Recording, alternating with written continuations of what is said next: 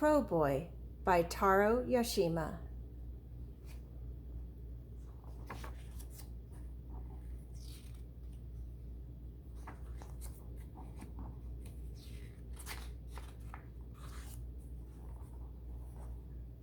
On the first day of our village school in Japan, there was a boy missing. He was found hidden away in the dark space underneath the schoolhouse floor. None of us knew him. He was nicknamed Chibi because he was very small. Chibi means tiny boy.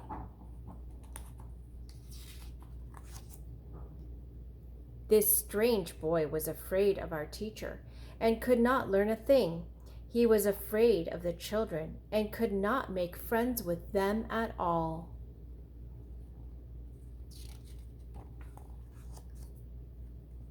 He was left alone in the study time. He was left alone in the playtime. He was always at the end of the line, always at the foot of the class, a forlorn little tag-along. Soon Chibi began to make his eyes cross-eyed, so that he was not able to see whatever he did not want to see. And Chibi found many ways, one after another, to kill time and amuse himself. Just the ceiling was interesting enough for him to watch for hours. The wooden top of his desk was another thing interesting to watch. A patch of cloth on a boy's shoulder was something to study. Of course, the window showed him many things all year round.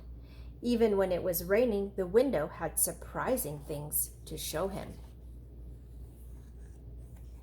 On the playground, if he closed his eyes and listened, Chibi could hear many different sounds, near and far. And Chibi could hold and watch insects and grubs that most of us wouldn't touch or even look at. So that not only the children in our class, but the older ones and even the younger ones called him stupid and slowpoke. But slowpoke or not, day after day, Chibi came trudging to school. He always carried the same lunch, a rice ball wrapped in a radish leaf. Even when it rained or stormed, he still came trudging along, wrapped in a raincoat made from dried zebra grass. And so, day by day, 5 years went by, and we were in the 6th grade, the last class in school. Our new teacher was Mr. Isobe. He was a friendly man with a kind smile. Mr. Isobe often took his class to the hilltop behind the school. He was pleased to learn that Chibi knew all the places where the wild grapes and wild potatoes grew. He was amazed to find out how much Chibi knew about all the flowers in our class garden. He liked Chibi's black and white drawings and tacked them up on the wall to be admired. He liked Chibi's own handwriting, which no one but Chibi could read, and he tacked that up on the wall. And he often spent time talking with Chibi when no one was around. But when Chibi appeared on the stage at the talent show of that year, no one could believe his eyes. Who is that? What can that stupid do up there? Until Mr. Isobe announced that Chibi was going to imitate the voices of crows. Voices? Voices of crows? Voices of crows? Voices of crows. First, he imitated the voices of newly hatched crows, and he made the mother crow's voice. Then he imitated the father crow's voice. He showed how crows cry early in the morning. He showed how crows cry when the village people have some unhappy accident. He showed how crows call when they are happy and gay. Everybody's mind was taken to the far mountainside from which Chibi probably came to the school.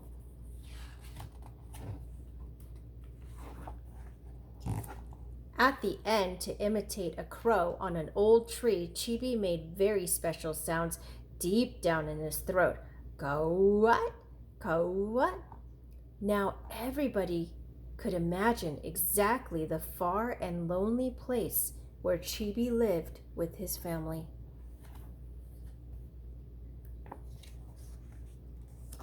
Then Mr. Isobe explained how Chibi had learned those calls, leaving his home for school at dawn and arriving home at sunset every day for 6 long years.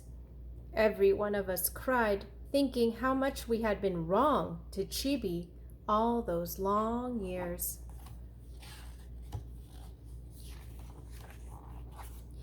Even grown-ups wiped their eyes, saying, "Yes, yes, he is wonderful." Soon after that came graduation day.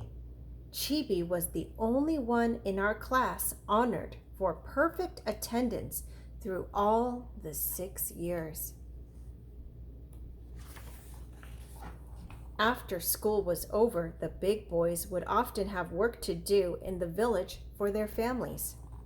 Sometimes Chibi came to the village to sell the charcoal he and his family made.